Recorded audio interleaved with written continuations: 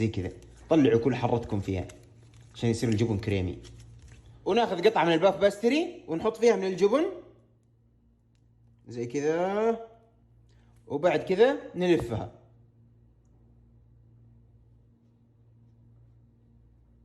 وبس كذا، ونحطها في الصينية وبس كذا. ودهنتها بحليب ورشة سمسم وحبة بركة على الوجه وعلى الفرن.